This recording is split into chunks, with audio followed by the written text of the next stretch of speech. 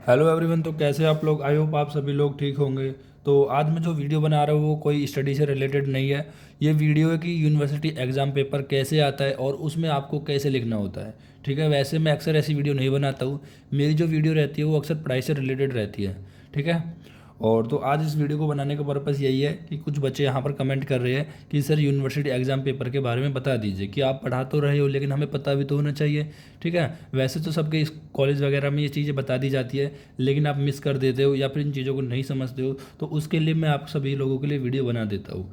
अब देखो, मेरी थोड़ी आवाज़ थोड़ी बेकार आ रही होगी क्योंकि मेरी तबीयत ठीक नहीं है और मेरा गला भी ख़राब हो रहा है। ठीक है, पर मैं आप लोगों के लिए वीडियो बना रहा हूँ ताकि आप लोगों को हेल्प मिल सके, क्योंकि काफ़ी दिनों से मैंने बच्चे से प्रॉमिस कर रखा था और फिर से एक बच्चे ने फिर से बोल दिया, तो मुझे ये वीडियो यहाँ पर बनानी पड़ी।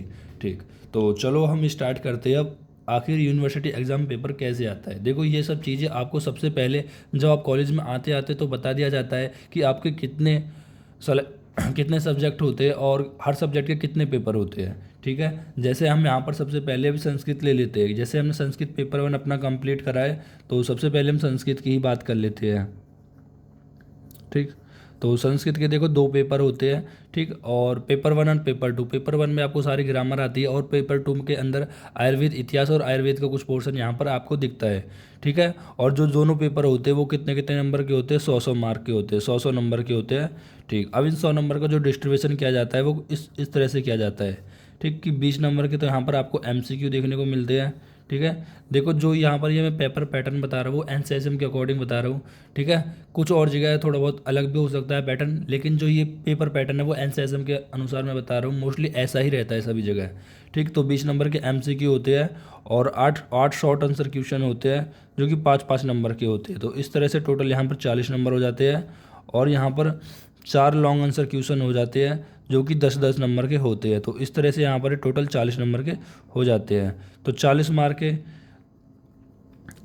के शॉर्ट आंसर क्वेश्चन हो जाते हैं और 40 मार्क के लॉन्ग आंसर क्वेश्चन हो जाते हैं और 20 मार्क के यहाँ पर हमारे एमसीक्यू हो जाते हैं। तो इस तरह से हमारा एक पेपर 100 नंबर का हो जाता है।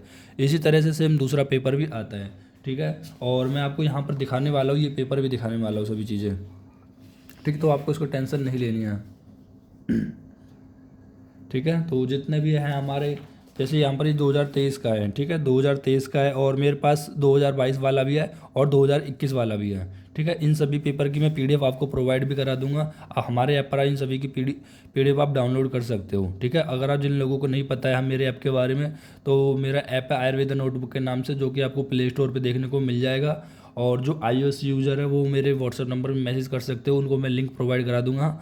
और जो एंड्रॉयड यूज़र है वो आप डायरेक्टली प्ले स्टोर पर सर्च कर सकते हो आयुर्वेदा नोटबुक, नहीं तो आप डिस्क्रिप्शन के अंदर से भी डाउनलोड कर सकते हो। ठीक, देखो अब हम यहाँ पर पेपर के माध्यम से समझते हैं। जैसे रचना शरीर। ठीक है, अब रचना शरीर के भी 2 पेपर होते हैं, पेपर 1 एंड पेपर 2। अब ये जो पेपर है ये कौन सा पेपर है? सेकंड पेपर है।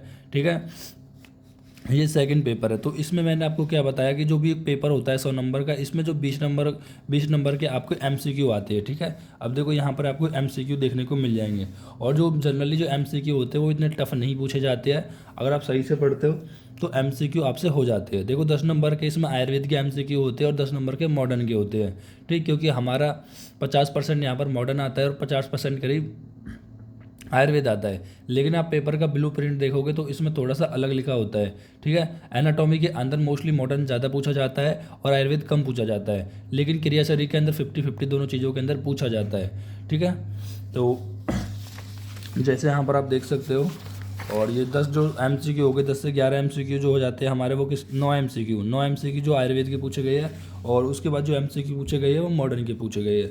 आप देख सकते हो कोई इतना टफ यहाँ पर एमसीक्यू नहीं पूछे गए हैं। ठीक, तो आपको जो मेनली फोकस करना है वो करना है आपको शॉर्ट आंसर क्वेश्चन पे और लॉन्ग आंसर क्वेश्चन पे।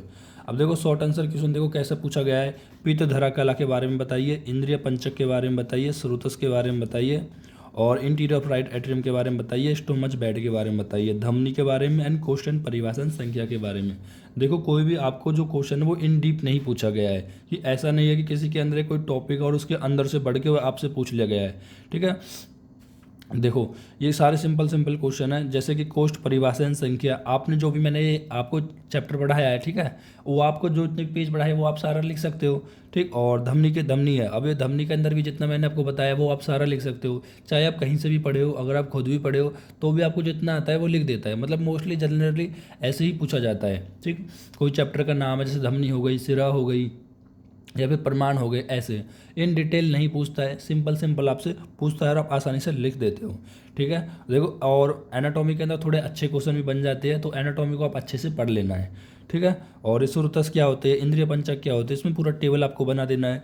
पित्तधरा कला क्या होती है, देखो आपको सारी 7 कलाओं के बारे में लिखना है, और उसके अंदर पित्तधरा कला के बारे में लिखना है, उसमें मॉडर्न से किससे रिलेट करते हैं, और इसका आयुर्वेद में क्या पर्पस है, और इनके एग्जाम्पल हम कैसे कैसे समझ सकते हैं। तो अगर आप इन चीज़ों को लिख दोगे तो आपको आसानी से नंबर मिल जाएंगे। और एक और ज़रूरी बात होती है कि जब भी शॉर्ट आंसर क्वेश्चन होते हैं उसमें हमेशा आपको 2 पेज भरने हैं। अभी 2 पेज कैसे भरने हैं, जैसे कि मैं आपको यहाँ पर समझा देता हूँ। देखो देखो, जैसे मान लो ये एक पूरा पेज है, आपकी यूनिवर्सिटी में इस तरह से एक लंबा पेज आएगा, ठीक है। तो चलो ये ठीक है, ऐसा पेज आएगा, ऐसे बड़े बड़े पेज आते हैं, तो एक पेज यहाँ से हो गया और एक पेज यहाँ पर ये हो गया, तो ये करीब आपको 5 नंबर के अंदर ये एक पेज बोल दो या 2 साइडेड वाला पेज बोल दो, तो ये आपको कंप्लीट भरना होता है। देखो, जो आपकी यूनिवर्सिटी में जो कॉपी आएगी ना वो 32 पेज की आएगी, ठीक है, 32 पेज की आएगी, और उसमें आपको कोई भी एक्स्ट्रा सीट नहीं मिलेगी, ठीक है। और कोई भी एक्स्ट्रा सीट नहीं मिलेगी, तो आपको क्या करना है, एक 5 नंबर के शॉर्ट आंसर क्वेश्चन के लिए आपको 2 पेज भरने हैं, ठीक है, 2 पेज भरने हैं। और टोटल आपके कितने क्वेश्चन आते हैं, 8 क्वेश्चन। देखो, ये 8 क्वेश्चन है टोटल, तो 2 इंटू अगर 8 मल्टीप्लाई कर देंगे यानी 16 पेज, आपको 16 पेज मिलेंगे इन 8 क्वेश्चन को करने के लिए। और याद रखना है, हर एक क्वेश्चन में आपको 2 पेज से ज़्यादा नहीं भरना है। अगर आप 2 पेज से ज़्यादा भरते हो तो यहाँ पर आपके जो पेज है वो कम पड़ जाएंगे, ठीक है। और दूसरा होता है यहाँ पर लॉन्ग आंसर क्वेश्चन, ठीक है। अब लॉन्ग आंसर क्वेश्चन देखो, 2 हमारे यहाँ पर मॉडर्न से पूछे गए हैं और 2 हमारे आयुर्वेद से पूछे गए हैं, लेकिन ऐसा कोई फिक्स नहीं होता। जैसे आप ब्लू प्रिंट उठा के देखोगे तो ब्लू प्रिंट में ये होता है कि आयुर्वेद से इतना आने वाला है और मॉडर्न से इतना आता है, तो ये बात आप नोट कर लीजिए, कोई आपको नहीं बताने वाला है, ब्लू प्रिंट से बिल्कुल भी बीएमएस के अंदर नहीं पूछा जाता है, ठीक है। थोड़ा बहुत अगर पूछ लिया जाता है तो बात अलग है, लेकिन आपको इतनी बात ध्यान रख लेनी है, आपको सारे चैप्टर अच्छे से पढ़ के जाने हैं, ठीक है। फिर भी आप इंपॉर्टेंट चैप्टर को अच्छे से पढ़ सकते हो अगर आप चाहते हो तो, लेकिन मेरा यही मानना है क्योंकि आयुर्वेद ज़्यादा बड़ा सिलेबस नहीं है अभी फर्स्ट प्रॉफ के अंदर आपका, तो आसानी से हर चैप्टर को अच्छे से पढ़ सकते हो, ठीक है। क्योंकि कभी कभी क्या होता है कि छोटे छोटे चैप्टर्स जिसके अंदर से 5 नंबर का क्वेश्चन भी नहीं आता, उनके अंदर से कभी कभी 10 नंबर का भी क्वेश्चन आ जाता है, और आपने क्या सोचा उसको तो छोड़ के ही चला जाता हूँ, ठीक है। और उससे होगा क्या कि आपके 10 नंबर का क्वेश्चन नहीं हो पाएगा, ठीक। तो कभी भी ब्लू प्रिंट के भरोसे मत रहिए, ठीक है।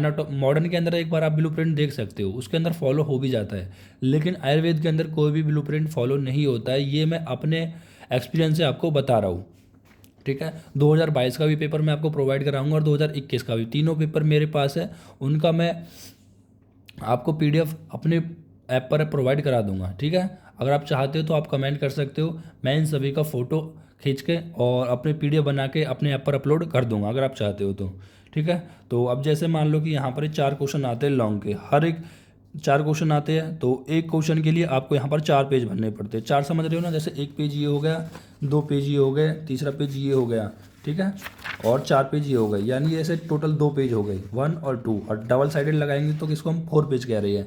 तो इस तरह से आपको यहाँ पर भरने हैं, तो यहाँ पर भी कितने हो जाएंगे, 4 इंटू 4 16 पेज, तो 16 पेज यहाँ पर भरने हैं, 16 पेज यहाँ पर भरने हैं, तो टोटल 32 पेज हो गए। अगर आपके दिमाग में क्वेश्चन आता है सर एमसीक्यू के लिए फिर हम कहाँ लिखेंगे भाई, 32 पेज अगर हमने भर दिए तो एमसीक्यू के लिए जगह तो बची ही नहीं।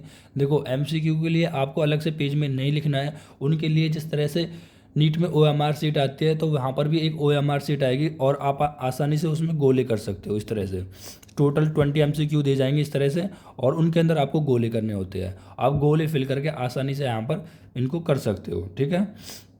तो ये मैंने आपको यहाँ पर कुछ बहुत सारी बातें बता दी, और एक और मैं आपको जो टिप देना चाहूँगा यहाँ पर ये है कि देखो, ज़रूरी नहीं है कि आपको सारे ही क्वेश्चन आए, ठीक है। मैं ये मान के चल रहा हूँ कि मान लो 8 क्वेश्चन आते हैं, 8 क्वेश्चन में से आपको 6 ही आते, 2 नहीं आते, तो इसका मतलब ये नहीं है कि आपको उन 2 क्वेश्चनों को छोड़ के जाना है, ठीक है। जैसे मान लो आपको ये 2 क्वेश्चन नहीं आते, तो उन 2 क्वेश्चन के अंदर अगर आपको थोड़ा बहुत रिलेटेड आ रहा है तो लिखना है, ठीक है। थोड़ा बहुत भी लिख पा रहे हो तो लिखना है, ठीक है। अगर नहीं लिख पा रहे हो तो कोशिश करो कि उनको कुछ ना कुछ तो लिखो ही, ठीक है। देखो रचना सही से रिलेटेड होना चाहिए, किसी और सब्जेक्ट से रिलेटेड नहीं होना चाहिए, ठीक है। क्योंकि होता क्या है कि अगर एग्जामिनर को लगता है कि उसने थोड़ा बहुत भी 1-2 पॉइंट सही लिखा है तो उस 5 में से 1 या 2 नंबर तो वो दे ही देता है, ठीक है।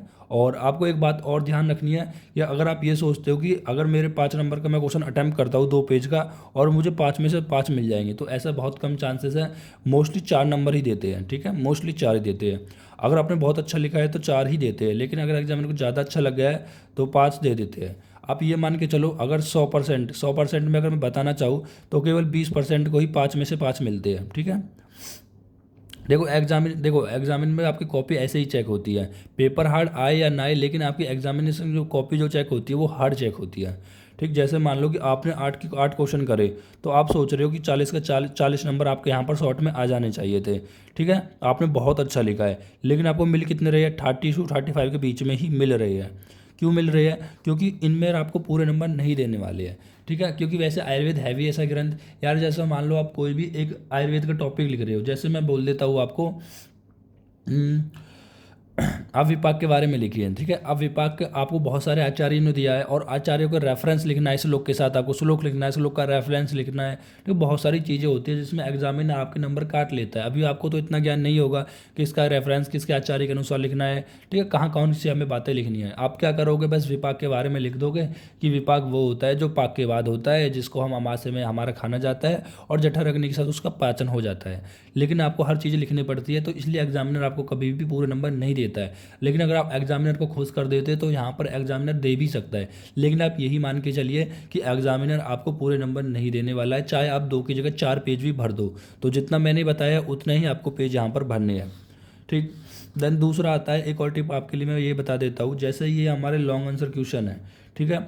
अब यहाँ पर जैसे मान लो ये मर्म वाला क्वेश्चन है, अब यहाँ पर आपको मर्म पूरा याद नहीं आ रहा है कि आप उसमें 4 पेज नहीं भर पा रहे हो, आप इसमें 2.5 या 3 पेज ही भर पा रहे हो, ठीक है। जितना आपको आता था आपने लिख दिया, उससे ज़्यादा आप नहीं भर पा रहे हो, ठीक है। तो अगर आपको उसको मॉडर्न एस्पेक्ट कुछ याद है, मॉडर्न एक्सेप्ट से रिलेट कर पा रहे हो, तो आप यहाँ पर क्या करोगे, मॉडर्न एक्सेप्ट भी लिख दोगे।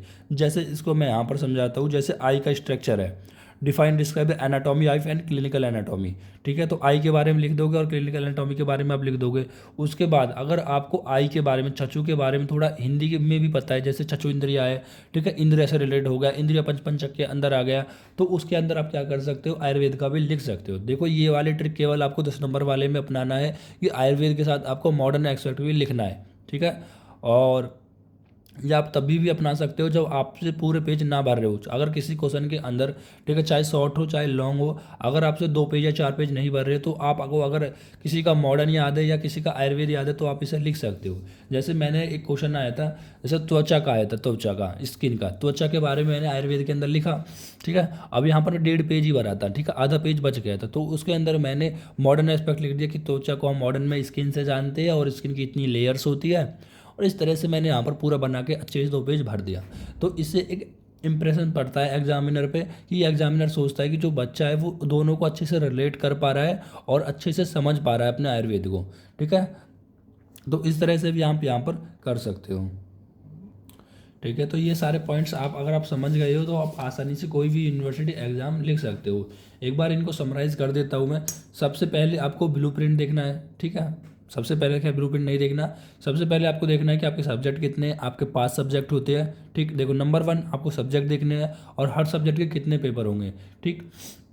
जैसे कि मैं बात करता हूँ अष्टांग हृदय के अनुसार, तो अष्टांग हृदय का केवल 1 पेपर होता है और जो आपके 4 सब्जेक्ट हैं उन सभी का 2-2 पेपर होते हैं, ठीक है। अष्टांग हृदय मतलब मैं संहिता की बात कर रहा हूँ, अष्टांग और चरक का दोनों के मिलकर 1 पेपर होता है, जिसके अंदर से 50 नंबर का अष्टांग का आता है, 50 नंबर का चरक का आता है, जो मोस्टली यही आता है, ठीक है। और आप ये भी ध्यान रखना कि ऐसा नहीं पूछा जाता है कि अष्टांग हृदय के अनुसार बताइए या चरक के अनुसार बताइए। जैसे कि मान लो जो चतुर्विद परीक्षा है, चतुर्विद परीक्षा अष्टांग हृदय ने भी दिया है और चरक संहिता के अंदर चरक ने भी दिया है, तो आपसे बहुत कम चांसेस होते हैं कि ये पूछे कि अष्टांग हृदय के अनुसार बताओ या चरक के अनुसार बताओ, ठीक है। वो आपको लिखना है अपनी बुद्धि की समझ से। अगर मान लो कि क्वेश्चन 10 नंबर के अंदर आ रहा है तो आपको अष्टांग हृदय के अनुसार भी लिखना पड़ेगा कि अष्टांग हृदय के अनुसार पहले चैप्टर के यानी अष्टांग हृदय सूत्र स्थान 1 में बताया गया है, और जो हमारा और चरक संहिता के अंदर अष्टांग हृदय सूत्र स्थान 7 या 8 जिसके अंदर भी बताया जा रहा है, तो वो भी आपको यहाँ पर फिर मेंशन करना पड़ता है। मोस्टली आपका से प्लेन पूछा जाता है। देखो सबसे जो ज़्यादा आसान जो एग्जाम आता है वो आपका अष्टांग यानी संहिता का ही आता है, दोनों को मिला के, क्योंकि इसमें सिलेबस ज़्यादा होता है, पहली बार आप पढ़ रहे होते हो, तो वो ऐसे नहीं पूछता है कि अष्टांग हृदय के अनुसार बताए, चरक के बताए, कुछ एक दो क्वेश्चन में प्रोबेबिलिटी रहती है कि ऐसा पूछ लिया जाए। ठीक है, ठीक। और भी ये बात, और पहला पॉइंट ये हो गया। दूसरा, अगर आपको ब्लूप्रिंट देखना है तो आप देख सकते हो, लेकिन मेरा यही राय है कि कभी भी ब्लूप्रिंट ना देखें। चलो अगर ब्लूप्रिंट आपको समझ में नहीं आ रहा है तो मैं एक बार बता देता हूँ, आप डाउनलोड कर सकते हो ऑनलाइन, ठीक है। नहीं तो अगर आप सिलेबस के अनुसार बुक को फॉलो करते हो तो आप देख सकते हो। जैसे संस्कृत का पेपर 1 है तो यहाँ पर लिखा होता है कि जो संस्कृत 1 परिचय है उसमें 5 नंबर का आता है, संज्ञा के अंदर से 5 नंबर का आता है, इस तरह से लिखा होता है, जो कभी भी मैंने जब तक देखा है ये कभी भी फॉलो नहीं होता है। ठीक है, और अगर आप ऐसा करना चाहते हो तो कर सकते हो, लेकिन मेरा तो यही मानना होता है कि आपको चीज़ें सब कुछ समझनी है, क्योंकि इतना बड़ा नहीं है। शुरुआत में आपको लग सकता है, लेकिन अगर आप रेगुलर पढ़ोगे तो आपको ये चीज़ें नहीं लगेंगी। जैसे ये बताया गया है कि शब्द रूप के अंदर से 10 नंबर का आता है, धातु रूप के अंदर से 10 नंबर का आता है, लेकिन जब इस ब्लू प्रिंट को आप यहाँ पर 2023 वाले बैच के, यानी 2023 का जिनको पेपर हुआ था, तो उसके अनुसार डिफरेंट होता है, तो उसमें थोड़ा सा डिफरेंट आ गया था paper pattern. Generally blue print से डिफरेंट ही आता है। ठीक है, अब एनाटॉमी का भी मिला लेना ना, वो भी डिफरेंट आता है, 22 का भी, 23 का भी। ठीक है, तो डिफरेंट ही यहाँ पर आता है। ठीक, ये बात हो गई। और ये दूसरा पॉइंट हो गया। तीसरा पॉइंट ये है कि आपको जितने भी PYQ है 3-4 साल के, वो आपको करने ही करने हैं। ठीक है, और अगर आपको इनकी PDF चाहिए तो मेरे पे NSSM पैटर्न के है। ठीक है, तो उनकी मैं अपने ऐप पर अपलोड करा दूंगा अगर आपको चाहिए तो। चौथा, आपको इंपॉर्टेंट श्लोक, देखो इंपॉर्टेंट श्लोक की अभी से कॉपी बना लेना। अगर आप हर सब्जेक्ट के 50-60 श्लोक भी कर लेते हो तो काफ़ी होते हैं। ठीक है, 50-60 श्लोक कोई ज़्यादा नहीं है। अगर आप दिन के 1 से 2 श्लोक भी कर दे तो महीने के अंदर एक सब्जेक्ट के श्लोक आपको याद हो जाएंगे। मुश्किल से 5 सब्जेक्ट है तो यानी कि 250 श्लोक भी, 200 से 250 श्लोक। ठीक है, ये ज़्यादा नहीं है। देखो अगर आपको श्लोक को समझना है तो संस्कृत पेपर 1 को आपको अच्छे से समझना होगा, जो कि मैंने पूरी कोशिश की है कि आपको हर चीज़ समझाई जाए।